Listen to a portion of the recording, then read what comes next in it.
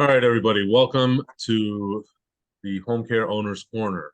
I'm your host, Julio Briones, CEO of Briones Consulting Group, and here we are with another episode to bring you some news, information, and some very talented guests to talk to you about ways we can improve your home care business. All right, so one of the main topics on this show that we talk a lot about is recruitment and retention, just because there is this big fallacy out there of caregiver shortage. And the fact is, as I've mentioned in other episodes, the reality is if you are having enough applicants come in to where people are not showing up to work, but they are applying, they're going through your process, then you do not have a recruitment problem. You simply have a retention problem. You have enough people coming in, you're just not able to hold on to them. So one of the ways that we can address this is by looking at our, the hierarchy of needs. What is it that we are providing to our staff? We have the basics, the physiological need. That is food, clothing, shelter. We take care of that the minute they apply for the job. You know, they come in, they get a job, they accept the job, they're getting an hourly wage. You have now provided them a means to provide food, clothing, and shelter for themselves. But what about the rest of it? The next step on this ladder is safety. One of the ways we keep ourselves safe is by receiving, medical care throughout the process.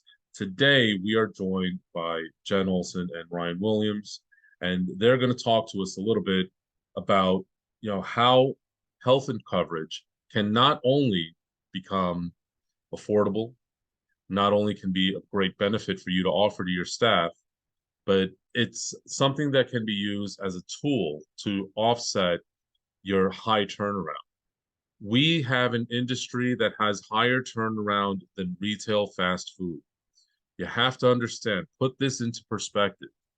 We have a system in place right now, which we're going to get a lot of detail into, where people are just generally being encouraged to jump from job to job. Okay, so let's go ahead, get right into this. Before we get started, though, don't forget, give us a big thumbs up, like, subscribe to the channel. Only about 10% of you guys that watch us are actually subscribed, and leave us a comment below. Before we get into the topic, what are your thoughts on recruitment versus retention? And what are some ways that you are offsetting this? All right, so let's get right into it. Welcome, Jen. Welcome, Ryan. Guys, go ahead and introduce yourselves and let us know who you're with and what we're doing. Awesome. We're so excited to be here with you, Julio. My name is Jen Olson, and I am with the System Healthcare Redefined, where we get to offer business owners like yourself a solution for that retention issue. Awesome. And Ryan? And my name is Ryan Williams. I'm out of Cincinnati, Ohio, vis-a-vis of California. About 8 years ago, I moved with my family from California out to Ohio. And for 20 years, we've been in this space and in this industry and working with professionals, exactly as Julio's kind of laid the stage here this morning. So yeah, with the System Healthcare Redefined, we cut costs, not care. And we just simply educate and empower our clients and customers to understand the healthcare industry and space. So we're really looking forward to this opportunity to share the information today. Awesome. Welcome. I really appreciate you guys being here. Now, one of the things that I've noticed, it's a lot of challenges in my industry, okay, where we have just this massive churn. 50% of all people hired don't make it to 30 days. Okay. Less than 1% will make it to the end of 90 days. Okay, so put this into perspective. Okay, if you bring on 20 caregivers a month that are coming in, they're wasting your time and effort. They're applying for the job. They're going through the interview. They're getting hired. You're paying them to go through orientation. They get assigned a case. They disappear. Okay, half of them will have disappeared by 30 days. They'll just stop showing up. 60 days, you're going to lose another half. So we started at 20. Now we're down to 5. And if we're lucky, 1 will make it to the end of the 90 days. Okay. Though that's an abysmal number. Like as I said in the beginning of this gives us a higher churn rate than retail fast food. Okay. Now, some of the reasons for it, I mean, we can get into this, and I would love to hear your guys' thought on this. Is like, for example, New York currently has, at the time of this recording, $17 an hour minimum wage for caregivers. Okay, if they live in the five boroughs. Outside, it's a little bit lower. California is currently, I believe, at 15, but they either just passed the legislation or it's going to be expected to be signed any moment now, to where they're going to go up to 25 an hour for caregiver minimum wage. Now, this becomes a problem, a really special kind of a problem because of a number of factors. Number one, all of this gets passed on to the consumer. If one way or the other, people think Medicaid means free care. It doesn't. We pay for it. Okay. That there's no such thing as a free lunch in this country. Somebody's paying for it. So that we're talking about rising costs, rising inflation, and all these other issues. And if we're talking about the private pay space, at what point do we have to price ourselves so high to where our clients can no longer afford? It let's take a look at this just really simply. 2019, a person only needed about $1.2 million to have a successful retirement. Okay, that would cover all their living expenses. That number is more than doubled now because of rising inflation, rising wages. Now, bring this into perspective as a business owner. I have rising costs because the government is forcing me to raise my costs. I need to retain my top talent. There are some really talented, really fantastic, hardworking, compassionate people in this industry. This is why we're in this industry, because we care about others. But what happens if I can't take care of my own needs? I can't meet my family's needs, because, quite frankly, it's just getting more expensive. So we run into two problems as business owners. Problem number one, how do we retain the talent? Problem number two, with the rising minimum wage, how do we handle offsetting the desires of the caregiver? Because many caregivers, all they hear is minimum wage. And now all of a sudden they're walking in the door and saying, I'm too experienced to work for minimum wage. Mind you, minimum wage in, for example, California is going to be over $50,000 a year. So what happened? Well, 25 an hour, 40 hours a week. Yeah, it's about 50,000 a year. What are we going to do? Are we going to minimize the amount of work that we can offer to people? Or are we going to offset this now with benefits? All right. But, talk to us a little bit about that. What is the cost of healthcare as an employer? And, what are your guys' thoughts on this? I think I've talked too much. No, you're exactly right, Julio. You've pinpointed the challenge that not just your industry and space, and you've shared some information that, although I've been doing this a long time and work with individuals from virtually every industry and space, my mom has been involved in healthcare. My aunt owned a senior living facility and had a multi-million-dollar multi-facility, I think 70, 80 beds, but it was designed for senior care housing. In a much larger facility. And she mentioned the same thing. Owning that and operating that was turnover. It was employee turnover was the greatest pain point. Finding and keeping quality talent was the name of the game. And to be honest, it's not always about who pays the most. No. It's about a benefit structure. So there's pay, which is certainly an important factor, but there's an underlying element, which to you as a business owner, it's an underlying cost, which is the benefits. And benefits covers more than just health insurance or health care. Health care is a component. You're also talking about disability, short-term and long-term. You're talking about, again, you're really building out an entire package, vision, dental. Is it just for that employee? Or are you going to extend that benefit to the employee, their spouse, and their kids? Like that cost or that decision that you have to make is going to greatly impact your bottom line dollars. And the battle that has been fought for decades has been the rising cost of healthcare year over year to small business owners is on average 20% per year premium increase year over year. And that was before this hypersonic inflation we're talking about, where every other component of your business is being increased. We're talking about year over year, and the solutions that have been made available for you to select or to choose from have honestly been like three. Right, right. And it really is on like state by state, it can get even more crippling. You have states like, for example, New Jersey, that they limit the amount of providers that are even allowed to do business in the state. So now these solutions just make it harder. And look, I don't care if you lean left, lean right, stay in the middle, want to jump off the roof. It makes zero difference to me. At the end of the day, bad policies are what's killing a lot of business in this country. So we need to remedy that. And I know that there's not a lot of solutions out there. I mean, until I met you guys, I didn't even know something like this existed. Well, and you're not alone, right? You basically have private insurance, which is kind of the route that I went down as a solopreneur, self-employed individual, and what a lot of small businesses, in fact, across the board, what we have found is companies with 5 or fewer employees don't offer any benefits whatsoever, because bottom line, they cannot afford it anyway. Right. Because the bottom line costs. Once you start getting 5, 10, 15, 20 in private pay, obviously you're able to charge $10,000 a month or $8,000 a month or $12,000 a month per individual that's staying within your facility as income. So there does tend to be some room for providing benefits to individuals, but there's private health insurance.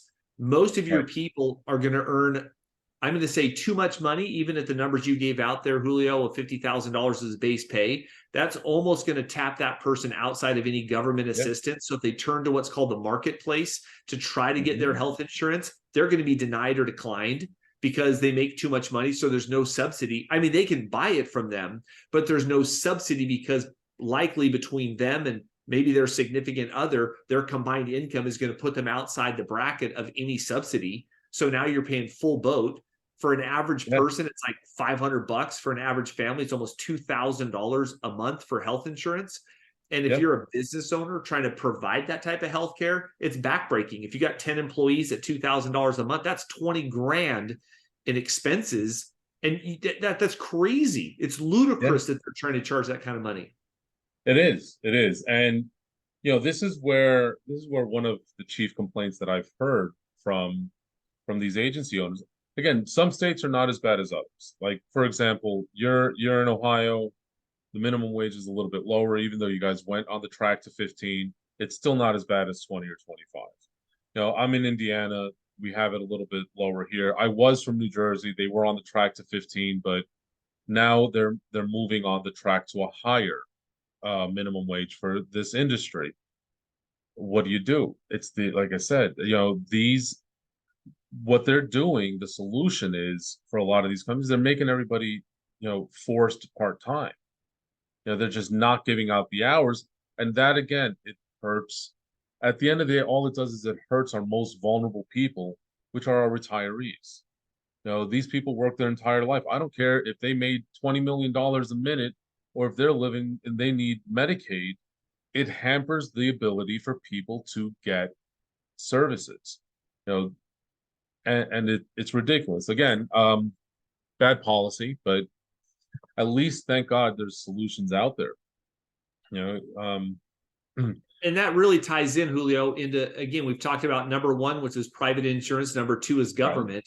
And then really that's where our organization with the System Healthcare comes into play, to really bring to light the idea or concept and the reality that there is a third option. It's just not promoted on billboards and TV commercials and, in the industry or space. It's outside of the traditional Blue Cross, Blue Shield, Aetna, Humana, Cigna. They're actually considered privatized healthcare groups that are self-funded and pooled. What that means is people from diverse backgrounds from across various state and community lines can all come together to pool or to be gathered in the same group to escape the higher cost of traditional insurance, yet still get the healthcare that they want. They can go to any doctor, that they can avoid the high premiums, the high deductibles, and the frustrating elements and not have year over year increases of 20% or such, or worry about your income going too high that now you're penalized. A friend of mine was actually on the marketplace through the ACA, and they had earned too much money and they got a $13,000 fine from their tax filing because they had accepted a subsidy for their health insurance for their family because they had estimated their income for 2022. They earned too much, so therefore they assessed a penalty, which is really just that amount of benefit they should not have received. And I'm like, punishing people because they make money is not the way this should work, right? You should be empowering people to improve their lifestyle. So it's amazing. And that's the safety net of this privatized pooling group, is to bring people together, give them affordable healthcare with all the conveniences that they are used to, but they're doing it from a private function. So there is a little bit of education when you're going from a traditional insurance, Blue Cross, Blue Shield, Aetna, Humana, to a privatized group. There is a transition of kind of how it functions. It's identical, but there are some things people need to be aware about when you're moving from a traditional big carrier to a smaller carrier, and how that interface might work. Yeah. So tell me a little bit about that. Like, what is, if I were to say top 3 differences, what would you say they were between what you guys offer and traditional? Well, essentially right now, the biggest difference is name recognition. We will never beat the name recognition of Blue Cross. We'll never win that. Blue Cross is too big of a company. I'll never beat Cigna, Aetna, Humana, United. I will never beat those people as far as name recognition.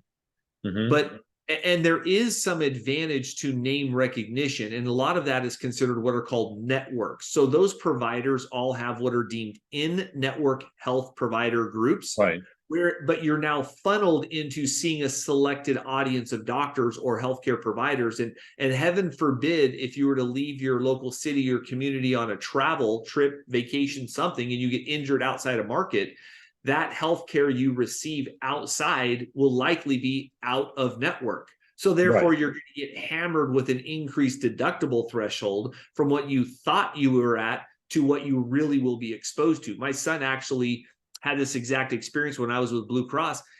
I lived in a city in Bakersfield called Bakersfield, California. It's Central California.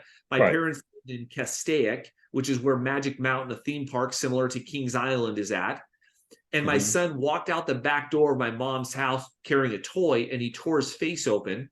Ouch. He had to get rushed to a doctor. A pediatric plastic surgeon had to come in to try to correct a laceration on his face. And my insurance, being Blue Cross, said, "Oh, sorry, that hospital he went to was out of network." My mom was not checking for in-network status when my son's face is gashed, bleeding.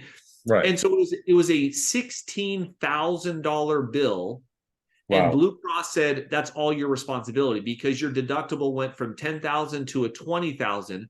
So I had been paying $2,000 a month for my premium. But now I had to come out of pocket all $16,000. And I'm like, where's the benefit of being part of this name brand recognition program? So again, I say number one, and Jen will take number 2, but number 1 is name recognition. That is one element of where we differ. We are not the name recognized group, but you're not sacrificing quality or access to healthcare just because of name brand recognition. What it does require is your ability to have a conversation with a medical provider group to say, hey, listen, my privatized group functions just like Blue Cross. They're going to pay you just like Blue Cross will. I just need you to bill them rather than billing Blue Cross, because every member in our program receives a membership card. It has all the credentials and identification information because it is a registered healthcare provider group. So it is legit. They just have to add our provider group to their system. So number 1 is name recognition. That's a point counterpoint. We don't have name recognition, but we make up for it in just function. How it operates is identical on the back end. As far as function for the provider to bill an entity is the same code, same process, same procedure. The speed by which that medical group gets paid by our group is actually twice as fast. Our program group pays that doctor 2 times faster than they would have been paid for by Blue Cross. So they like it because they get paid faster. They were just unaware we existed. Jen, Right, how about right. the second point?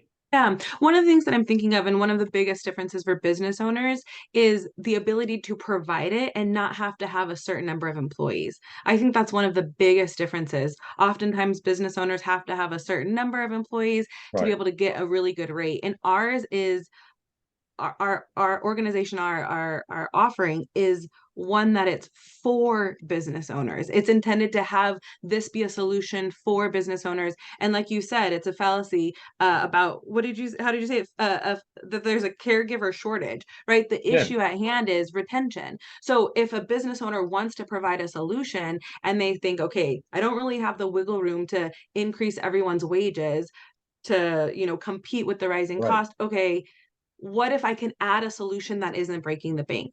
So what if a business owner could offer it to 4 employees, 5 employees? Maybe they have that one person that made it through the 90 days and they say, "Hey, an incentive to you to making it through 90 days is that you would have health benefits." What if the business owner didn't have to pay, like Ryan was saying, $500 for that individual or $2,000 for the family?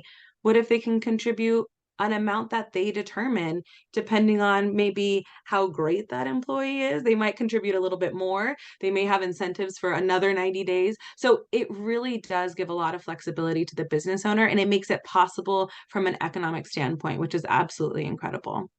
Yeah. Right. All right. Yeah, because I'm sorry, just on that note before we get to the next point, like I actually have a lot of number of clients that do something similar. They don't actually provide the health benefit. What they do is they give somebody cash. Hey, listen, here's a couple of $100 towards whatever. This is our solution so that we don't get the penalty. Yeah. So, and you're bringing up a really good point. So, number one is the government dictates and demands a company at a certain number of full-time employees, and they deem it actually as 30 hours or more on average per week. Correct. Yeah. Is the threshold that they now say, hey, if you have X number of employees that are working 30 hours or more, you are now compelled or mandated to offer a health insurance or benefit product. The smaller companies don't have those mandates or dictations given to them by the government. But what's interesting about this process is the means by which they can do it. And really, it comes down to what I call flexibility.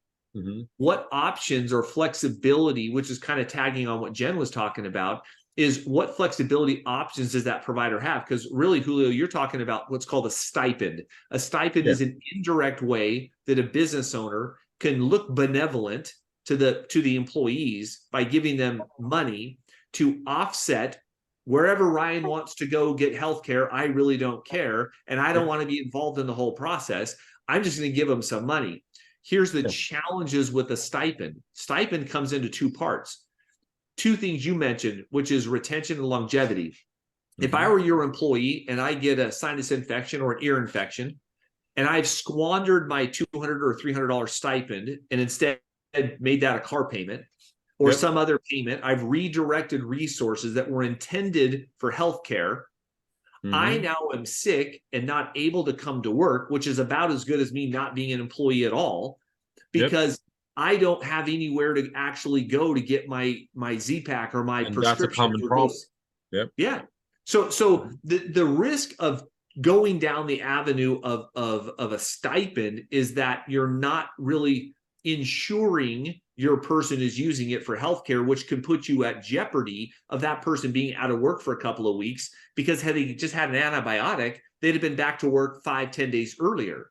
Right. So we are able, essentially, with flexibility, coming back to that point, with flexibility in our pricing, we're almost the same cost of what most people do in stipends, but we're now ensuring that they have a true healthcare program. And one of the major advantages of our healthcare group is an aspect called telemedicine. Now, I'm sure you're familiar with it. The truth is this: I have a family member who's a doctor, medical doctor, right? The whole 9 yards. In fact, she's top 4 in the entire United States for her particular type of cancer treatment that she does. Phenomenal. I have not been to a traditional doctor in a very long time. Why? Because I have a family member who's a doctor. So if I'm not feeling well, I don't go to a doctor. I call my family member like, hey, I'm not feeling so well. These are my symptoms. And she's like, well, I'm a cancer doctor. However, I think this is probably what you have. I'll order you a script. Okay. So they're able to do that. So I've been able to phone a friend. Now, not everyone has a family member who's a doctor or is a PA or something along the lines that can order prescriptions for them. But telemedicine, when you really look at it right, it is that convenience that we all now have a family member who's a doctor.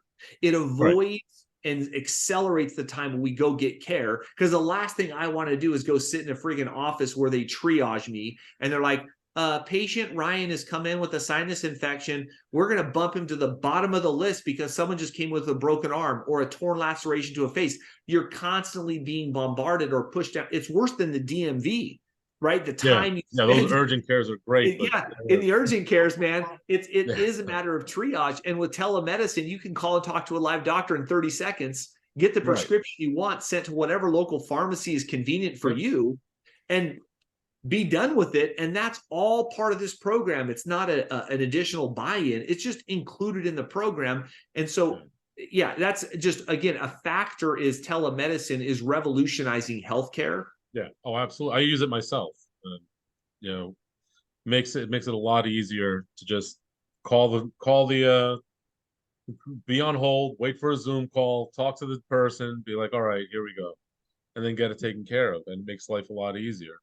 So, but I am gonna interrupt just one moment on here. For those of you watching that aren't familiar with what Ryan was talking about a little while ago, it's called the Affordable Care Act, where if you have more than 50 full-time employees, and that's calculated on a rolling 12 months. So just because you're trying to be slick and give all your employees only 25 hours a week, if it doesn't matter, because there's a calculation that if you have enough of those 25-hour-a-week employees, they're counted as full-time employees. And the penalties for it from a business owner perspective are huge. Also, while please contact your own labor department consultant or whoever it is that's going to do this, but depending on the state that you are in is how that calculation is actually figured out. And the penalties are just huge. And don't try to, again, be slick and think, oh, well, I'll have 40 employees, I'll open a new LLC, and then I'll have 40 more employees and get around it, because the states have caught on to that. And if they are like businesses that are operating in a similar capacity, just because you have a DBA, it will not save you. Okay. So I'm going to add to that one. So myself and my business partner, we specialize in compliance. And the compliance is not really state by state, it's IRS driven. So there are federal mandates that cross state lines that are actually controlling. Now, there can be different municipality issues state by state, 100% that is true. But this is the compliance element, right? Check this out. You talked about a like business. The actual IRS code states that if I, as a person, own an electrical company, a construction company, and I own a healthcare company, and the total number of persons, as long as I, Ryan, am a 10% owner or greater in those various entities, if the total number of people that I, quote, employ actually throws me over that 50-person, that 49-person category, I am actually now required. Now, you'll get away with it for years. The IRS has been behind, understaffed, but with AI, I'm telling you, they are coming after businesses. We just took over a company and a firm that got fined $13 million because of fines, fees, and assessments for lack of compliance on these IRS codes about affordability, non-discrimination. And there's a lot of paper filings that have to go on with this. So again, Julio is giving you guys great information about the compliance element of it. And there is so much truth to this. And even with all of this complexity, there's solutions. Don't lose hope. Trust me, there are solutions. And that's what we're just simply trying to highlight for you is, yes, there are some guardrails set up, and yes, you've got to abide by them. but we have a solution where you don't have to try to run the numbers or try to do something on the sly in order to avoid this. No, address it head on. It's better to have longevity in your company by just checking the boxes, doing what we need to do, but know that there's an affordable way to go about doing it. Correct. Yeah, and that's, I mean, the reason I mentioned it, I broke it down to the state level is because yes, the federal has their rules, but some states take those rules and make them a little bit stricter. So California loves doing that. California does this all the time. California, New Jersey, New York, Massachusetts, fantastic for making things worse. But, and don't get me wrong, I'm originally from New York and New Jersey. Love them both. Great places, terrible politics, but that's my opinion.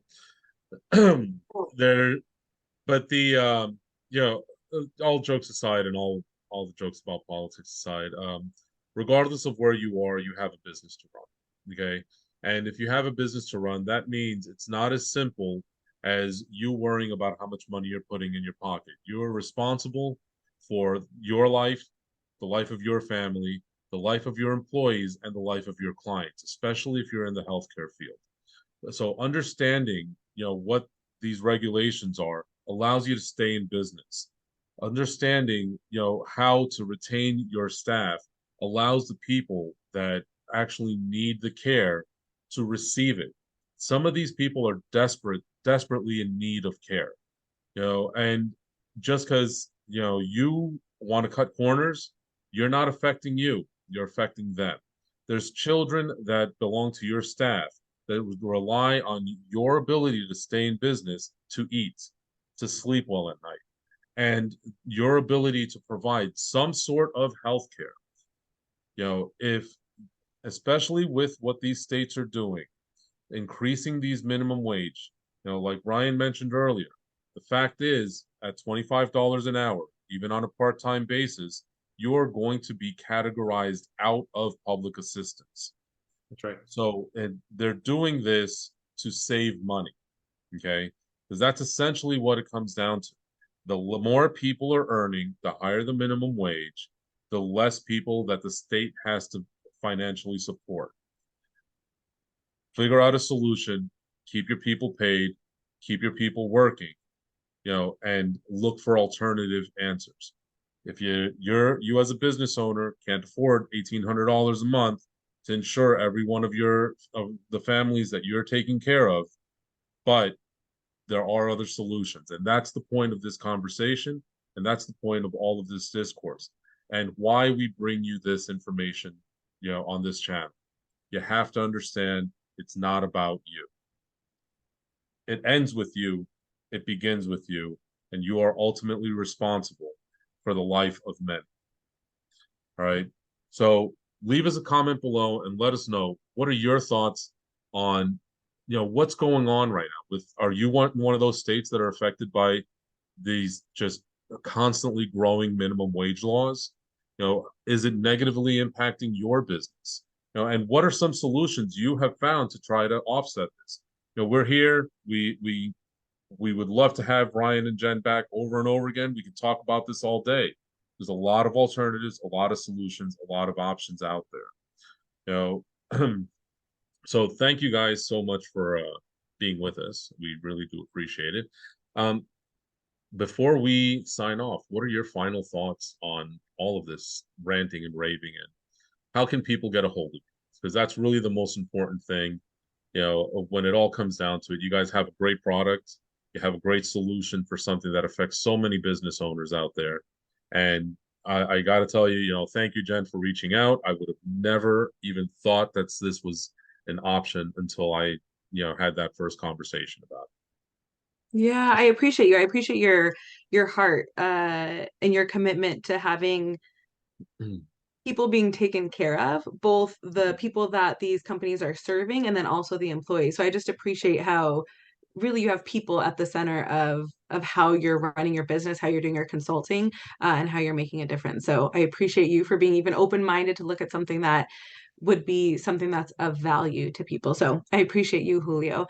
What I would say is, have a conversation with us. Let's just look. I get that it's daunting, and I get that you may even still be like, is this really possible? Can I, for the same amount, like Ryan mentioned, what I was considering maybe giving a stipend, could I actually give comprehensive care to my employees? And the answer is absolutely 100% yes.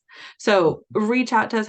We would love to have a conversation and see what we can do for you, so that you can have your retention numbers be record breaking, and that it's not one person making it to 90, it's maybe 75% of the people making it to 90 days and beyond, which obviously in the end would save you thousands and thousands of dollars of just that high turnover and all of the expenses that go with training on all of that. So could we share in the link or in the comments how to get a hold of us specifically, or in the description box below, if you guys have made it this far, there's all the contact information to how to get a hold of them, how to reach out. There will be links, there will be, phone numbers, emails, all of this wonderfulness. All right.